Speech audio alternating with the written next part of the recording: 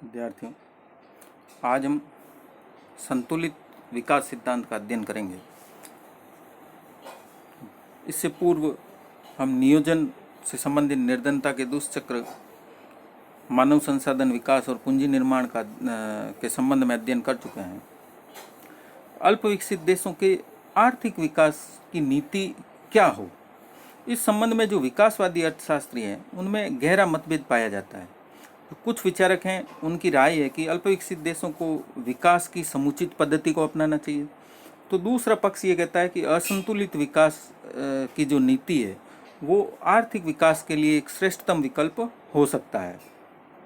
यानी देश का जो आर्थिक विकास है वो संतुलित आधार पर किया जाए अथवा असंतुलित आधार पर। यह विचार आज भी विवादग्रस्त बना हुआ है। जो संतुलित विकास सिद्धांत है या संतुलित विकास जो शब्द है उसका अर्थ भी अलग अलग अर्थशास्त्रियों ने अलग अलग लगाया है। जो अर्थशास्त्रियों का मत है उनके अनुसार जो है संतुलित विकास का अर्थ किसी अर्थव्यवस्था के सभी क्षेत्रों और उद्योगों का समान रूप से विकास करना है या उनमें एक साथ निवेश करना है। तो इसके विपरीत जो दूसरा मत है वो ये मानता है कि समुचित विकास का मतलब उपभोक्ता उद्योगों और पूंजीगत उद्योगों में समान विकास करना है। इसके अलावा एक तीसरा मत है जो ये मानता है कि निर्माणकारी उद्योगों और कृषि उद्योग का एक साथ विकास करना संतुलित विकास है। कुछ जो अर्थशास्त्री हैं वो ये मानते हैं कि उद्योग और कृषि तथा घरेलू क्षेत्र और निर्यात क्षेत्र में संतुलित स्थापित करना ही संतुलित विकास है। तो इस प्रकार से अलग अलग अर्थशास्त्रियों का अलग अलग मत संतुलित विकास शब्द के रूप में रहा है। इसके संबंध में प्रोफेसर अलग घोष जो भारतीय अर्थशास्त्री हैं उनका ये मानना है कि नियोजन के साथ संतुलित विकास का यह अर्थ है कि अर्थव्यवस्था के सभी क्षेत्रों का एक ही अनुपात में विकास हो ताकि उपभोग, निवेश और आय को समान दर से बढ़ाया जा सके। इस संतुलित विकास सिद्धांत की जो सर्वमान्य परिभाषा है या जो सामान्य स्वीकृत परिभाषा है वो हम इस आधार पर ये बता सकते हैं कि संतुलित वृद्धि या विकास से आशय अर्थव्यवस्था के सभी क्षेत्रों तथा उद्योगों का एक साथ विकास करना है जिससे कि विभिन्न क्षेत्रों की उपज के लिए तैयार बाजार मिल सके और असंतुलन पैदा न हो। तो इस प्रकार से ये एक परिभाषा हमारे सामने हो सकती है। जो विकास की कोई भी नीति अथवा सिद्धांत है वो इस बात की अनुमति नहीं देता है कि राष्ट्रीय विनियोग केवल निजी लाभ की दृष्टि को या निजी लाभ की भावना को दृष्टि में रख करके किए जाएं, क्योंकि केवल पूर्व उन्नत उद्योगों में ही किए जाएं अथवा केवल उन्हीं उद्योगों में किए जाएं जहां संभावित प्रतिफल की संभावना अधिक हो। क्योंकि जब हम आर्थिक विकास की बात करते हैं तो किसी एक उद्योग, एक वर्ग विशेष या विकास का प्रश्न नहीं होता है, बल्कि ये देश के सभी उद्योगों और समाज के सभी लोगों के सामूहिक व सजातीय विकास का प्रश्न होता है।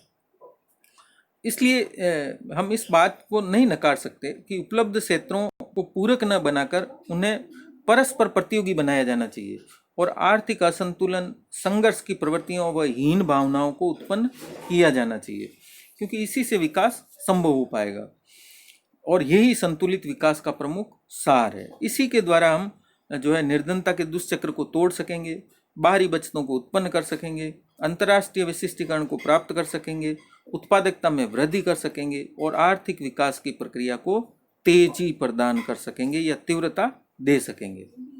ये जो सिद्धांत है, इस सिद्धांत के जो प्रमुख प्रवर्तक हैं वो एडम स्मिथ और फ्रेडरिक लिस्ट माने जाते हैं और उसके पश्चात जो है रोजेंस्टीन रोडान, Ragnar नरकसे, Arthur Lewis, लिटोवास्की, Rostow, Harvey लिबिस्टिन आदि जो विकासवादी अर्थशास्त्री हैं वो भी इसके समर्थक रहे हैं। तो इनमें से कुछ समर्थकों को हम जो विचार हैं वो यहाँ पर लेंगे। सबसे पहले हम लेंगे प्रोफेसर रागनर नरकसे।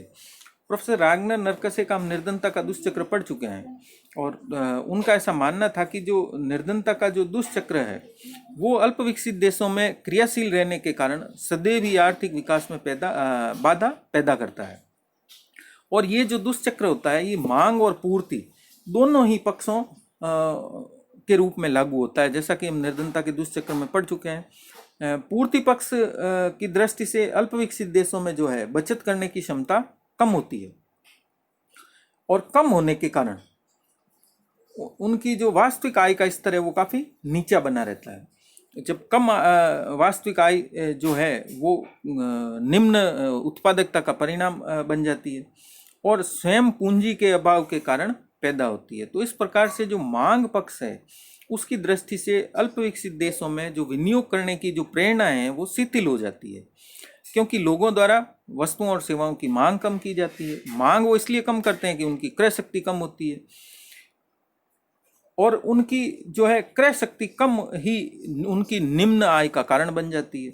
और जब आय का स्तर निम्न बना रहता है तो उससे नीची उत्पादकता के रूप में हमें परिणाम प्राप्त होते हैं। और इस प्रकार से अल्प विकसित देशों में जो नीची उत्पादकता का कारण है वो कम आय होती है। कम आय से कम बचतें होती है। कम बचतों के कारण जो है वस्तुओं और सेवाओं की मांग कम की जाती है और इसके कारण निवेश की प्रेरणाएं भी कम हो जाती है और बाजार सीमित हो जाता है। फिर उन्होंने नरकसे ने बताया कि हम इस चक्र को कैसे तोड़ सकते हैं। तो उन्होंने कहा कि हम जो उत्पादकता में वृद्धि करके इस चक्र को निर्धनता के दुष्चक्र को या विषैले व्रत को तोड़ सकते हैं। उसको तोड़ने के लिए हमें उत्पादकता में वृद्धि करनी होगी और उत्पादकता में वृद्धि करने के लिए हमें पूंजी में निवेश करना होगा, यानी पूंजी निर्माण करना होगा। और ये तभी संभव है जब वस्तुओं की पर्याप्त मांग की जाएगी, यानी लोगों के जो है उनके पास पर्याप्त क्रय शक्ति उपलब्ध हो जाएगी, उनकी खर्च करने की क्षमता में वृद्धि होगी। और वास्तव में लोगों की खर्च करने की उत्पादन क्षमता में वृद्धि ही राष्ट्रीय उत्पादन करने की क्षमता होती है। इसलिए जो उत्पादन में वृद्धि है वो मुख्य रूप से जो है पूंजी के प्रयोग पर निर्भर करती है। और निवेश की सीमा का निर्धारण स्वयं बाजार के आकार पर निर्भर करता है, क्योंकि उनका ऐसा मानना था कि केवल अकेला उद्योग अपने माल की मांग स्वयं पैदा नहीं कर सकता, बल्कि मांग का सर्जन उद्योगों की विविधता और आवश्यकताओं की विभिन्नता के कारण होता है। उन्होंने जो एक उदाहरण रोडन ने दिया था, उसको उन्होंने जूते का फैक्ट्री का उदाहरण दिया था और उन्होंने उसे लेते हुए ये बताया भी था कि जो अगर नए कोई जूता फैक्ट्री लगती है तो उत्पादकता बढ़ाने की दृष्टि से अर्थव्यवस्था में अगर कोई अन्य प्रयास नहीं किए जाते हैं तो जो जूता उद्योग की जो अतिरिक्त उपज होगी वो बाजार में नहीं खप पाएगी, नहीं बिक पाएगी और माल बिना बिकाई रह जाएगा। इसके कारण एक तो स्वयं जूता उद्योग में लगे हुए व्यक्ति जो हैं वो अपनी अन्य आवश्यकताओं के कारण समस्त आय जूतों पर खर्च नहीं कर पाते हैं। अगर वो समस्त आय जूतों पर खर्च कर देते तो हल हो जाता, लेकिन चूंकि उन्हें जूतों के अलावा अन्य दूसरी वस्तुओं की भी आवश्यकता होती है। और दूसरा कि उद्योग के बाहर के लोग भी प्रत्येक वर्ष जूता नहीं खरीदेंगे, क्योंकि उनके पास अपनी न्यूनतम आवश्यकताओं को पूरा करने से पहले ही धन का अभाव होता है। तो इससे ये स्पष्ट होता है कि अर्थव्यवस्था के अन्य क्षेत्रों में लगे लोगों की क्रय शक्ति बढ़ाने का प्रयास नहीं किया गया तो नीची वास्तविक आय पर बेलोच मांग बाजार के आकार को सीमित कर देती है, जिससे निवेश की प्रेरणा घटती है और नया उद्योग फेल हो जाता है।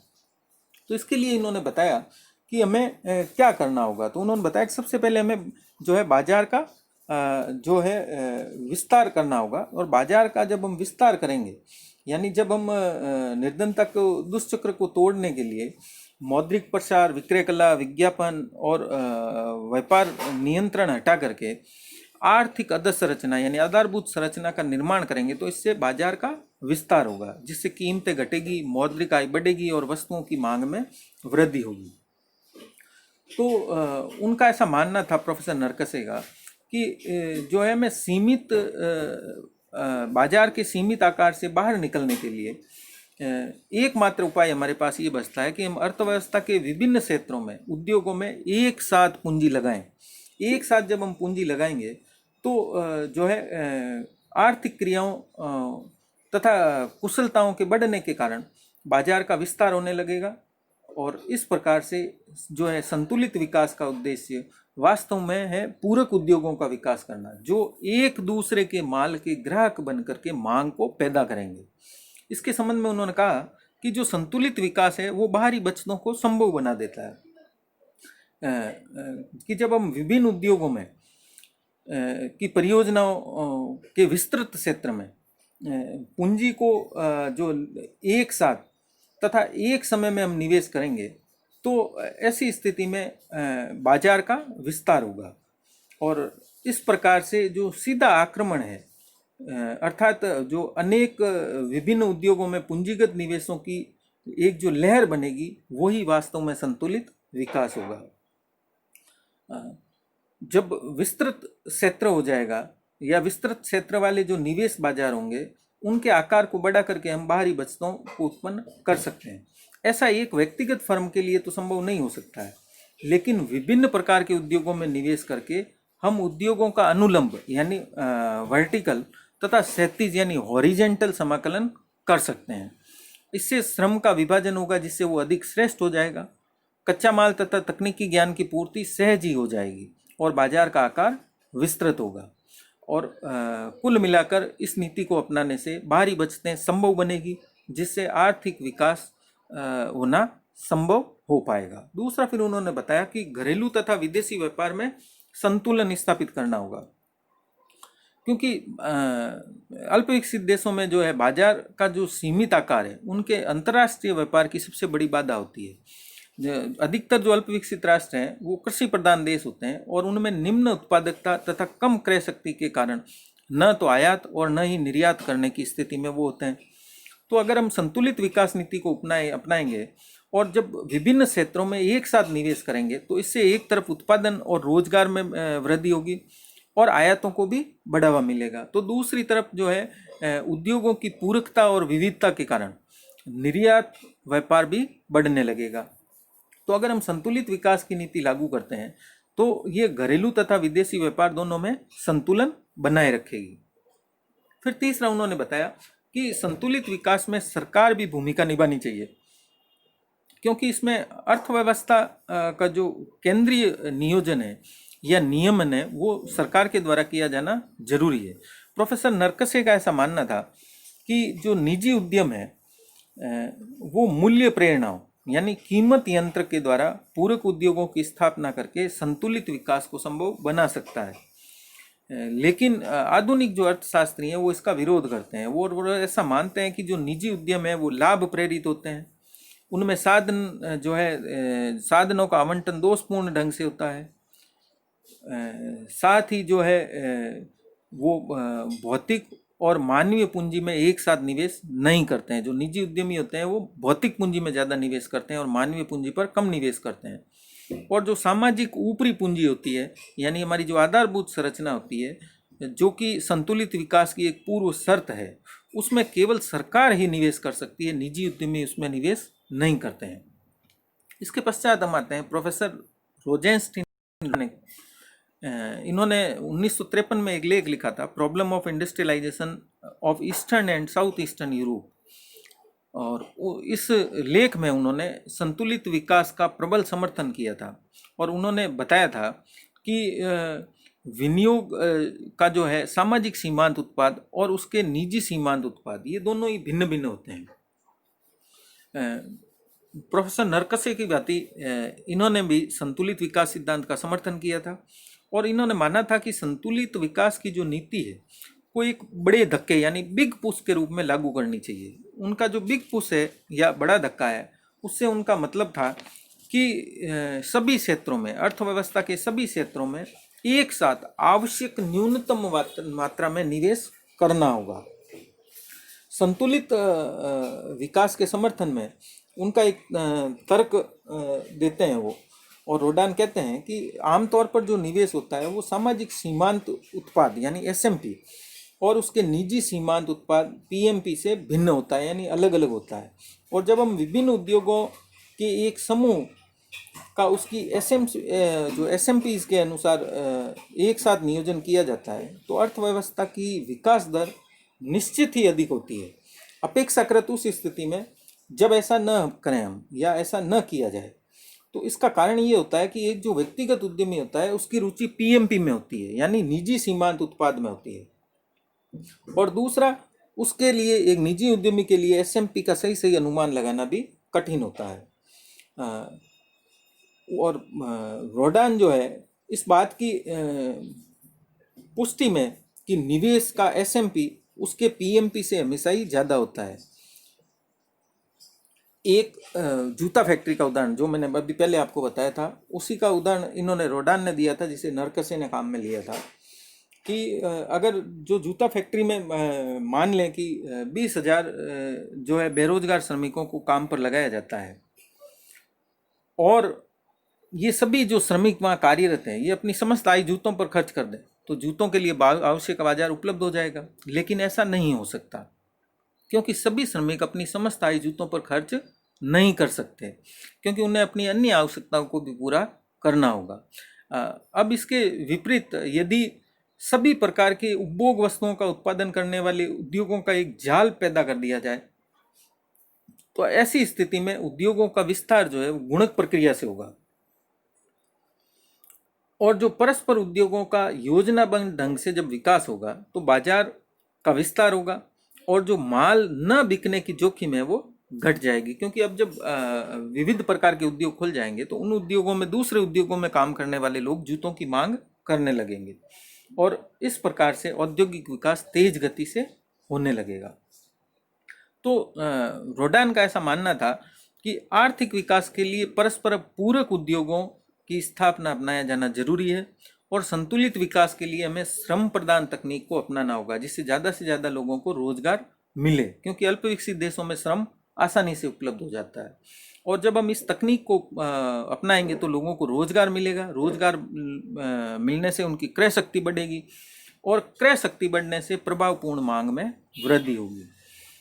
और जब हम एक साथ विभिन्न उद्योगों में विनियोग करेंगे तो ऐसी स्थिति में जो है निजी क्षेत्र के लाभ कम हो जाएंगे और सामाजिक लाभ में वृद्धि होगी। जो संतुलित विकास पद्धति है ये जो है बाहरी बचतों को पैदा करेगी, और इससे अन्य क्षेत्रों में निवेश के अवसर भी बढ़ेंगे। इसके पश्चात हम आते हैं प्रोफेसर आर्थर लुईस के क्या विचार रहे हैं। उन्होंने भी संतुलित विकास सिद्धांत का समर्थन किया है, और उनका ऐसा मानना था कि विकास योजनाओं में अर्थव्यवस्था के सभी क्षेत्रों का एक साथ विकास होना चाहिए, जिससे कि कृषि व उद्योग के बीच तथा घरेलू उपभोग और उत्पादन और निर्यात हेतु उत्पादन के बीच एक संतुलन बनाए रखा जा सके। इन्होंने अपनी 1955 में जो पुस्तक लिखी थी the theory of economic growth, उसमें इस संतुलित विकास सिद्धांत या संतुलित विकास की नीति का समर्थन किया था। और उन्होंने ये बताया था कि संतुलित विकास का सबसे बड़ा जो गुण है वो ये है कि विकास के मार्ग में आने वाले विभिन्न प्रकार के जो अवरोध होते हैं वो स्वतः ही समाप्त होने लगते हैं। कुछ लोगों द्वारा इस संतुलित विकास की आलोचना भी की जाती है कि सभी क्षेत्रों में अगर हम एक साथ विकास करना संभव नहीं होता है। तो इसका इस लेख में जो है इस आलोचना का उत्तर भी प्रोफेसर लुईस ने दिया था और बताया था कि मेरा अर्थ जो है या हमारा मानना संतुलित विकास के अर्थ के रूप में कि सभी क्षेत्रों का समान विकास नहीं है, बल्कि विकास के वे अनुपात हैं जो विकास को भिन्न दरों की मांगों से चालित होते हैं। या दूसरे शब्दों में हम इस प्रकार कह सकते हैं कि सभी क्षेत्रों का उनकी आवश्यकता और सामर्थ्य के अनुसार वांछनीय दर से विकास करना ही संतुलित विकास है। प्रोफेसर लुईस का ऐसा मानना था कि सभी क्षेत्रों का आवश्यकता और उनकी सामर्थ्य के अनुसार वांछनीय दर से विकास होना चाहिए। अब हम आते हैं कि सिद्धांत की तीनों के विचार हमने पढ़े हैं, तो इसके आधार पर हम कह सकते हैं कि सिद्धांत की जो प्रमुख बातें हैं वो क्या है। तो पहली तो यह है कि एक साथ सभी उद्योगों में निवेश होना चाहिए। जिस प्रकार से हम मानते हैं कि शरीर को संतुलित भोजन की आवश्यकता है, उसी प्रकार आर्थिक विकास के लिए संतुलित विकास भी आवश्यक होता है। फिर रोडान ने बताया था कि संतुलित विकास की प्रक्रिया एक बड़े धक्के से हमें प्रारंभ करनी होगी, यानी सभी क्षेत्रों में आवश्यक न्यूनतम निवेश करना जरूरी होगा।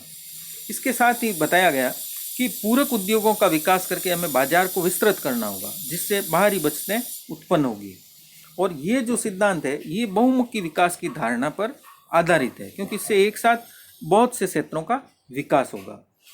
अब जब मांग की दृष्टि से अगर हम देखें तो प्रभावपूर्ण मांग एवं पूरक मांग को उत्पन्न करने और पूर्ति की दृष्टि से विभिन्न प्रकार के उद्योगों के बीच संतुलन बनाए रखने की आवश्यकता पर यह सिद्धांत बल देता है। अल्प विकसित देशों में जो निर्धनता के विषैले व्रत या दुष्चक्र जो हैं जो व्याप्त हैं, उनको तोड़ने के लिए इस विकास सिद्धांत को अपनाया जाना अत्यंत ही आवश्यक होता है, क्योंकि यह उपलब्ध पूंजी का सर्वोत्तम उपयोग कर सकता है। फिर है कि ये जो सिद्धांत है, ये सिद्धांत विदेशी व्यापार को भी प्रोत्साहन देता है। जैसा कि हमने देखा किस प्रकार से जब बाजार का विस्तार होता है तो विदेशी व्यापार बढ़ेगा। और जो प्रोफेसर नरकसे का ऐसा विचार था कि निजी जो उद्यम वाली अर्थव्यवस्था है उनके लिए ये उपयोगी है, लेकिन केवल ऐसा नहीं है, ये नियोजित अर्थव्यवस्थाओं में भी उपयोगी हो सकता है। फिर है कि इस सिद्धांत से अनेक प्रकार के लाभ होते हैं, जैसे बारी बचतें मिलना, सामाजिक लाभ में वृद्धि होना, जोखिम में कमी आना, रोजगार बढ़ना, मूल्यों में स्थिरता आना, देश का संपूर्ण विकास होना, विदेशी व्यापार में वृद्धि होना और आर्थिक नियोजन के लिए एक स्वच्छ व स्वस्थ वातावरण का निर्माण होना। इन सब के बावजूद, इनकी इतनी विशिष्टताओं और महत्व के बावजूद भी इस सिद्धांत की जो आलोचना है professor Singer, Marcus Fleming, Albert Hirschman आदि ने की है।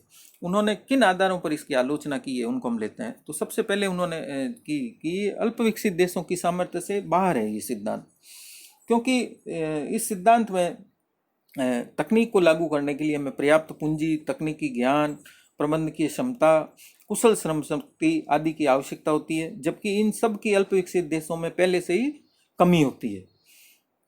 ऐसी दशा में पर्याप्त साधन जो है उपलब्ध होने की शर्त और दूसरी ओर उनका अभाव, ये स्वयं में ही एक विरोधाभास पैदा कर देता है।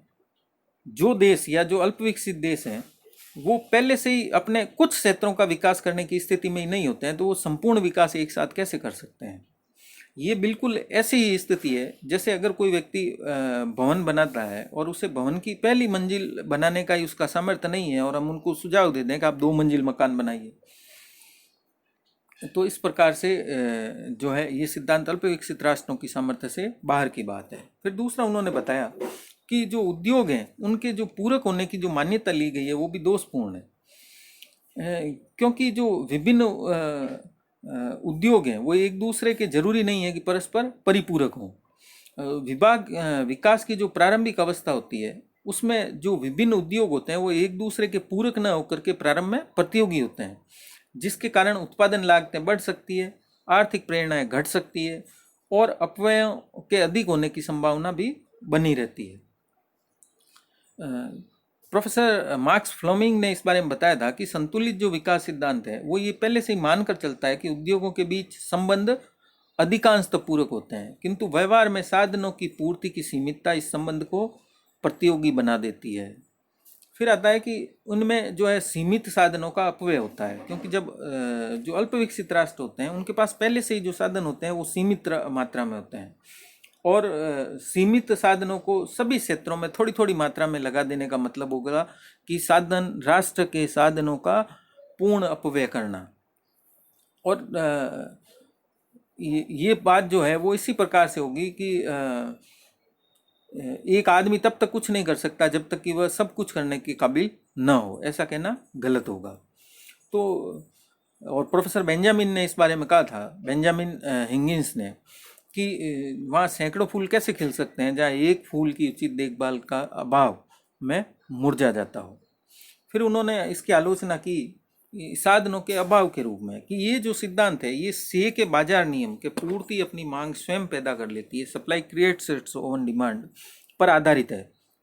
लेकिन जो अल्प विकसित राष्ट्र हैं उनमें वस्तुओं की पूर्ति का संबंध साधनों की मांग से होता है, जो अपनी पूर्ति स्वयं नहीं कर सकती है। साधन अपनी पूर्ति स्वयं नहीं कर सकता है। जब अनेक उद्योगों में एक साथ हम निवेश करेंगे तो साधनों के लिए मांग प्रतियोगी बन जाएगी और अल्प विकसित राष्ट्रों में जो है साधनों की पूर्ति बेलोचदार होती है।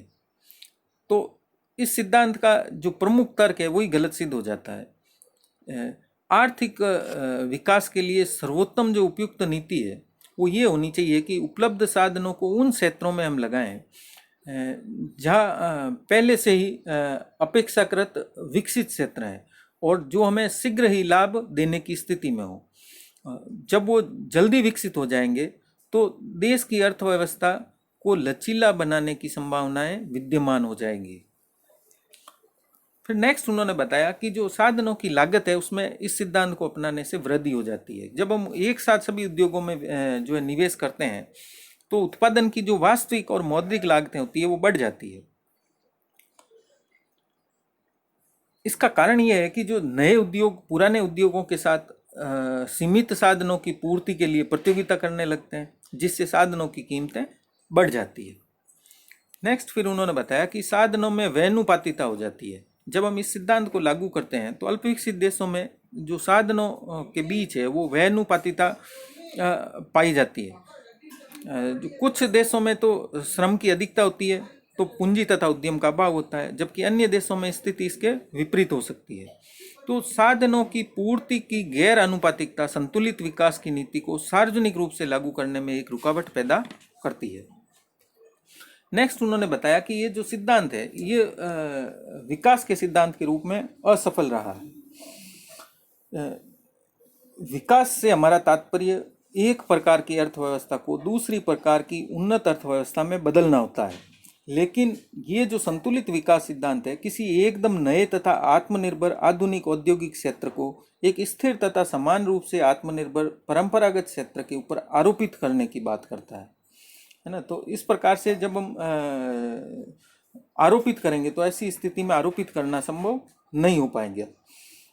और प्रोफेसर हर्षमैन का कहना है कि सही अर्थों में ये विकास नहीं है, किसी पुरानी चीज पर किसी एकदम नई चीज का जो है रोपण करना भी नहीं है, यह तो विकास का पूर्ण रूप से दोहरा आदर्श है।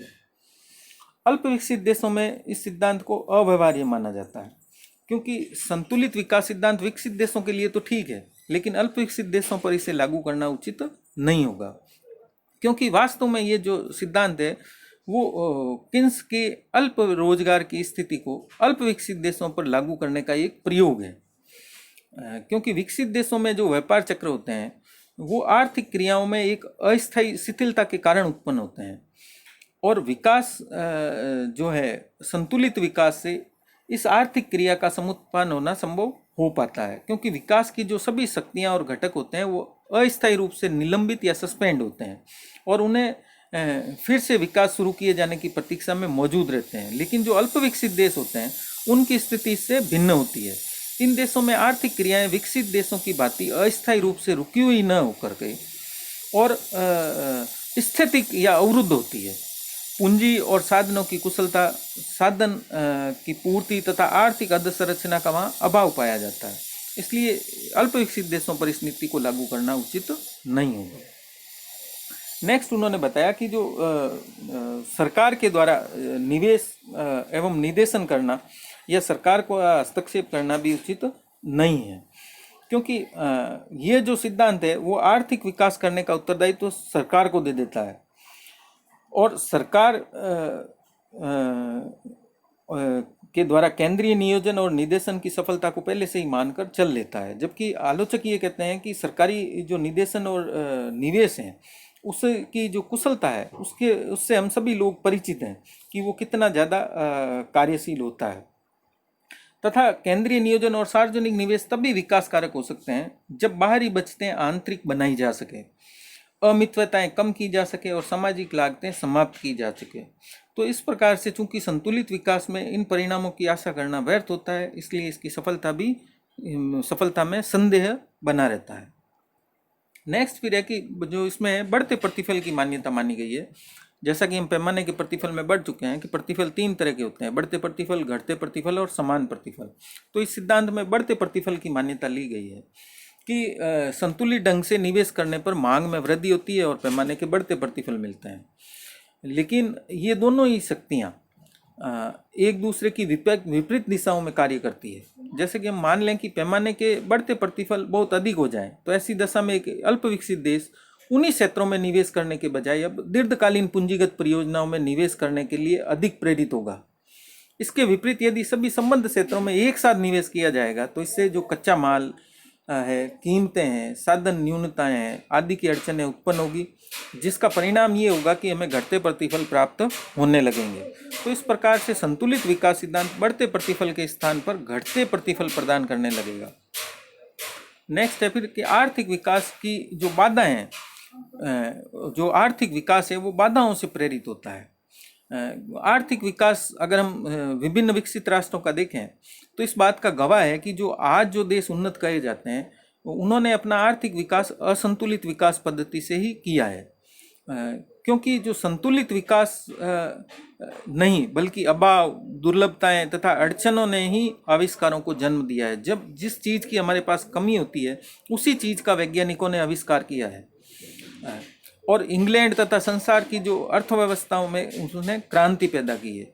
उन आविष्कारों ने फिर आगे नई अड़चनें पैदा की, नए असंतुलन पैदा किए, और इस प्रकार आर्थिक विकास असाम्यों के बने रहने अथवा असंतुलनों की श्रृंखलाओं का परिणाम होता है। तो इस प्रकार से हमने आज देखा कि संतुलित विकास सिद्धांत के संबंध में प्रोफेसर नरकसे, रोजास्टिन, रोडान और आर्थर लुईस के क्या विचार हैं, इस सिद्धांत के अंतर्गत किन किन बातों का ध्यान रखा जाता है, इन सिद्धांतों की किन आधारों पर आलोचना की गई है।